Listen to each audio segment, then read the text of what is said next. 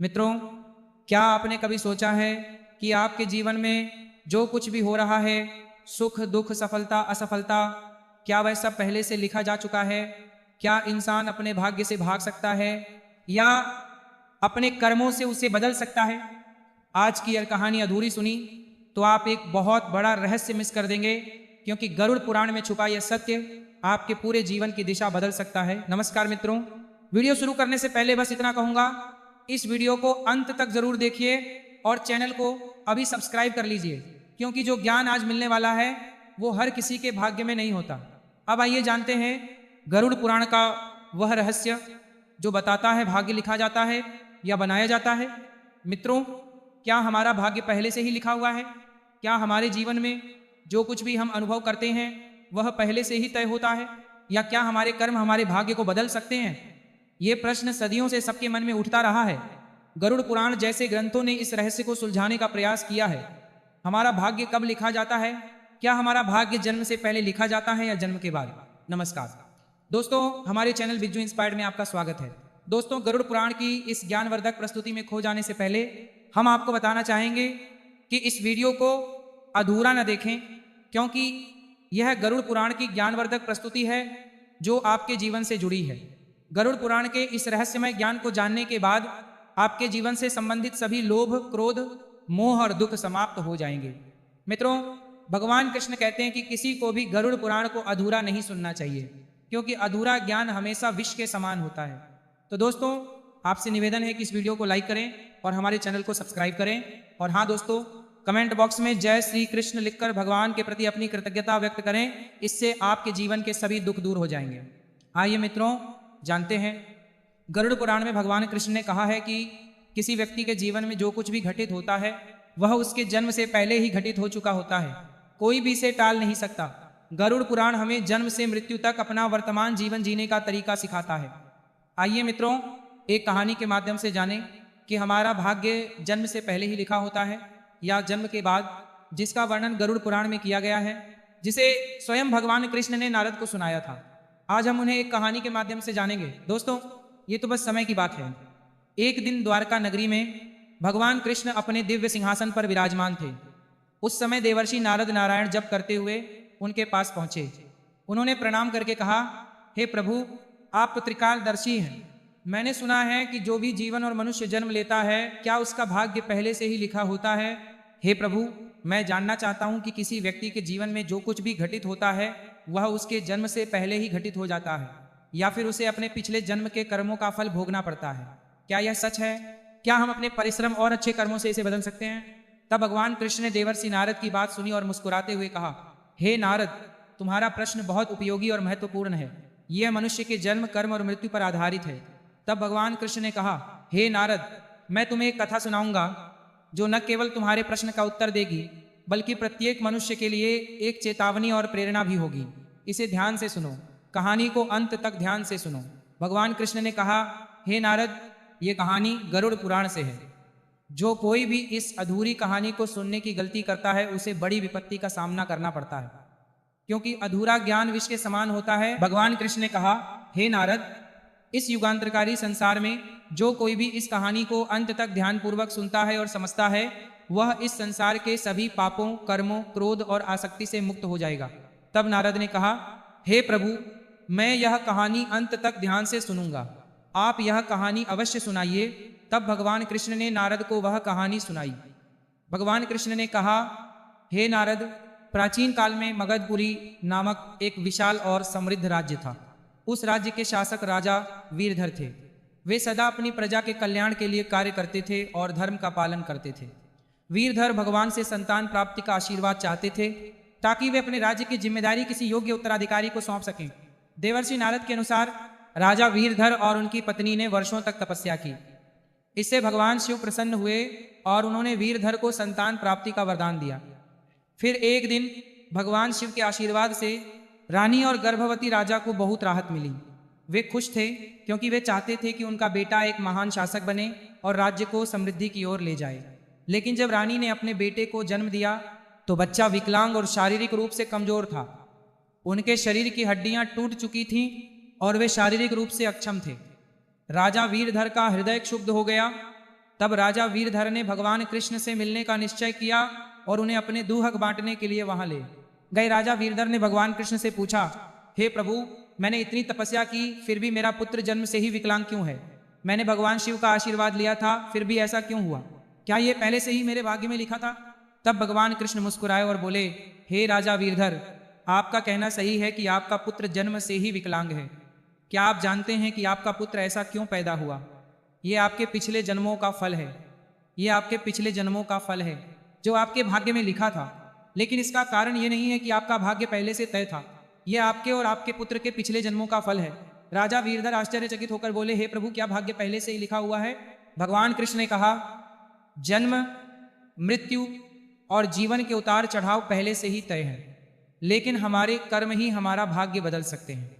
जिस दिन आपके बेटे का जन्म हुआ, आपको एक विशेष वरदान प्राप्त हुआ, लेकिन उस बच्चे को जीवन में धैर्य, साहस और शक्ति विकसित करने के लिए कई चुनौतियों का सामना करना पड़ा।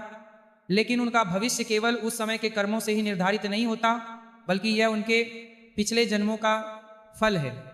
भगवान कृष्ण ने राजा वीरधर से कहा, हे महाराज, भाग्य और कर्मों के बीच गहरा संबंध है। हमारे कर्म ही हमारा भाग्य बनाते हैं, इसीलिए हमें अपने कर्मों को सदा सत्य और धर्म के मार्ग पर ही रखना चाहिए।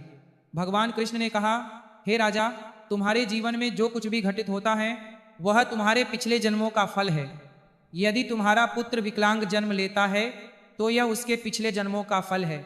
जब आप एक पुण्य आत्मा के रूप में जन्म लेते हैं तो आपके जीवन में निश्चित रूप से कठिनाइयाँ और संघर्ष आएंगे, क्योंकि संसार में प्रत्येक आत्मा को अपने पिछले कर्मों का प्रायश्चित करने के लिए किसी न किसी प्रकार का कष्ट सहना पड़ता है। लेकिन याद रखिए, आपके पुत्र के जीवन की कठिनाइयाँ उसकी परीक्षा हैं। यदि वह धैर्य और साहस के साथ इन कठिनाइयों का सामना करे तो वह अपना भाग्य बदल सकता है। एक दिन वह वही काम करेगा जिसकी आपने अपने जीवन में कल्पना की थी। तब राजा वीरधर कृष्ण ने उत्तर दिया, बिल्कुल, तुम दोनों अपना भाग्य बदल सकते हो। आपके पुत्र के जन्म में आई कठिनाई उसके पिछले कर्मों का परिणाम थी, परंतु उसका भविष्य आपके अच्छे कर्मों पर निर्भर करता है। यदि आप उसमें साहस, धैर्य और आत्मविश्वास भर दें तो वह अपना भाग्य बदल सकता है। आपके अच्छे कर्मों के फलस्वरूप वह एक दिन महान बनेगा और राज्य का भार संभालने में सक्षम होगा। तब भगवान कृष्ण ने कहा, हे राजा, भाग्य एक पहिए के समान है जो आपके पिछले कर्मों के आधार पर घूमता रहता है। जब आप अच्छे कर्म करते हैं तभी आप अपने भाग्य को सुखमय बना सकते हैं। तब राजा वीरधर कृष्ण ने पूछा, क्या भाग्य वास्तव में आपके पिछले कर्मों से जुड़ा है? भगवान कृष्ण ने कहा, हाँ, लेकिन आपके पास इसे बदलने की शक्ति है।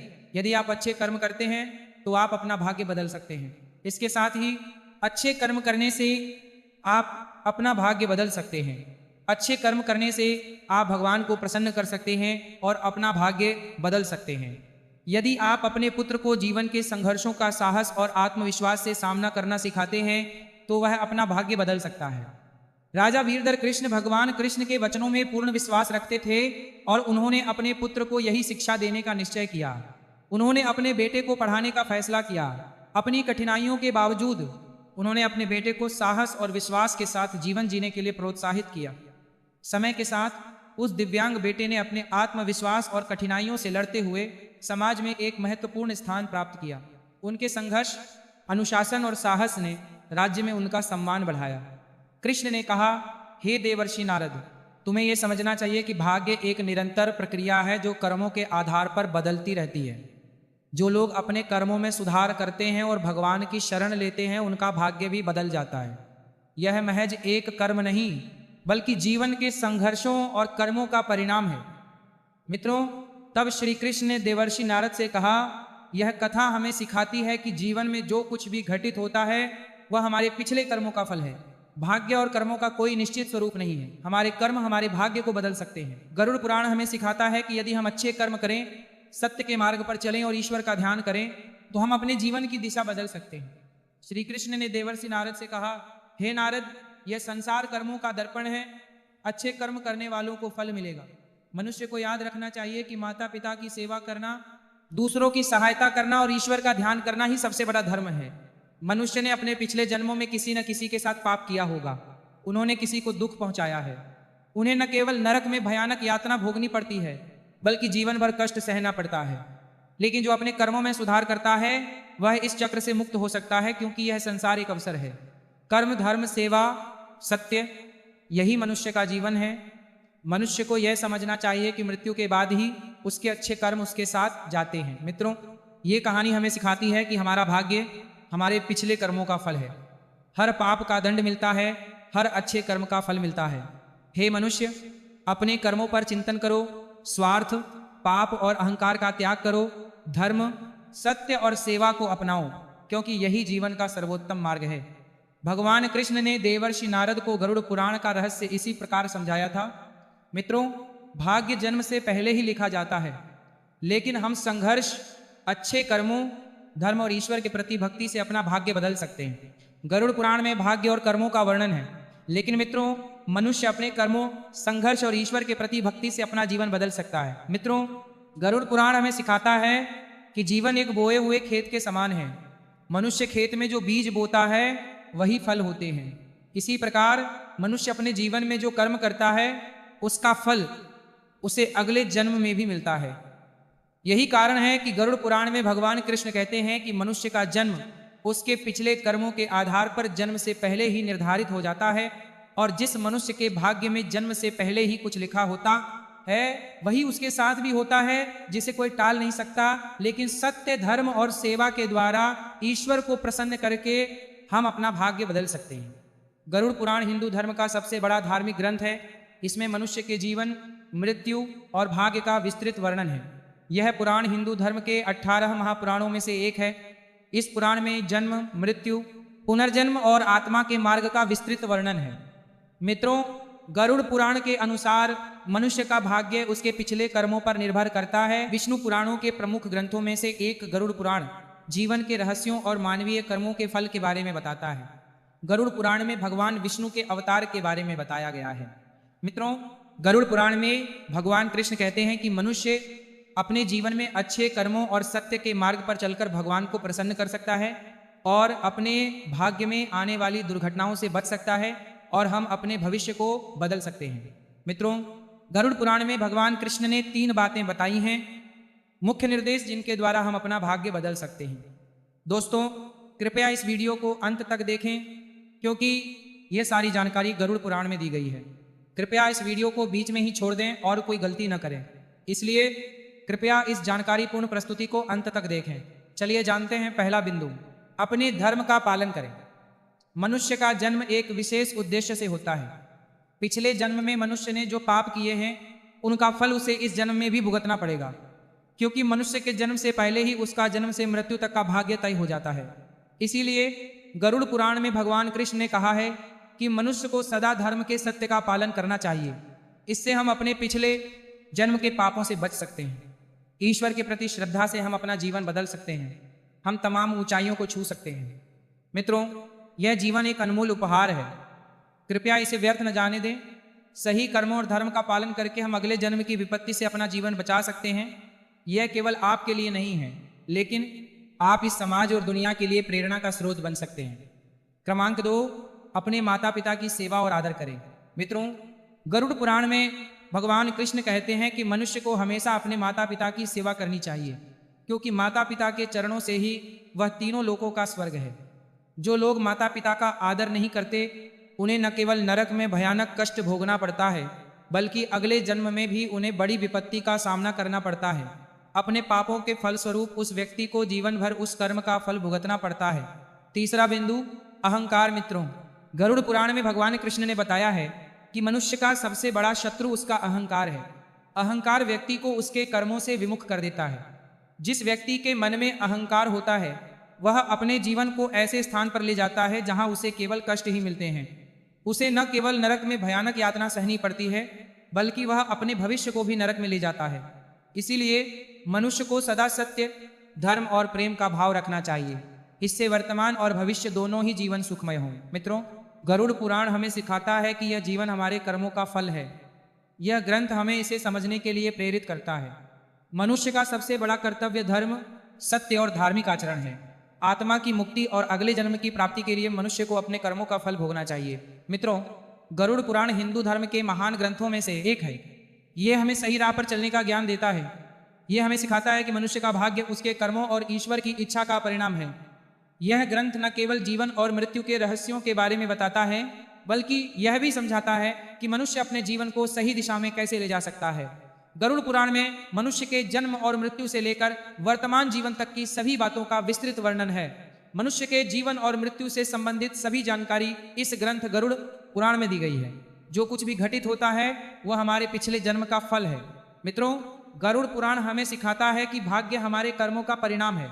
भले ही भाग्य पहले से लिखा हो, हम अपने कर्मों से उसे बदल सकते हैं। मित्रों, जीवन एक दुर्लभ अवसर है जिसे हम सही दिशा में ले जाकर अपनी आत्मा को मोक्ष की ओर अग्रसर कर सकते हैं। धन्यवाद। मित्रों, कृपया गरुड़ पुराण में वर्णित सभी बातों को याद रखें और सत्य के मार्ग पर चलें। आपका भविष्य सुखमय हो। और भाग्य और कर्म दो अलग अलग पहलू हैं। हमें अवसर तो मिलते हैं, लेकिन उन्हें सही दिशा में ले जाना हमारे कर्मों पर निर्भर करता है। दोस्तों, अपने कर्मों को सही दिशा में लगाएं, क्योंकि भाग्य अवसर तो देता है, लेकिन सफलता आपकी मेहनत पर निर्भर करती है। मित्रों, ये कथा हमें एक ही सत्य सिखाती है। भाग्य लिखा जरूर होता है, लेकिन कर्म से बदला भी जा सकता है। अगर आज की यह गरुड़ पुराण की कथा आपके मन को छू गई हो, तो इसे केवल सुनकर मत छोड़िए। अभी चैनल को सब्सक्राइब करें, क्योंकि यहाँ हर वीडियो आपके जीवन को सही दिशा देने के लिए है। कमेंट में जय श्री कृष्ण लिखिए और इस ज्ञान को अपने परिवार तक जरूर पहुंचाइए। धर्म पर चलिए, कर्म सुधारिए, क्योंकि भाग्य अवसर देता है और सफलता आपके कर्म तय करते हैं। जय श्री कृष्ण।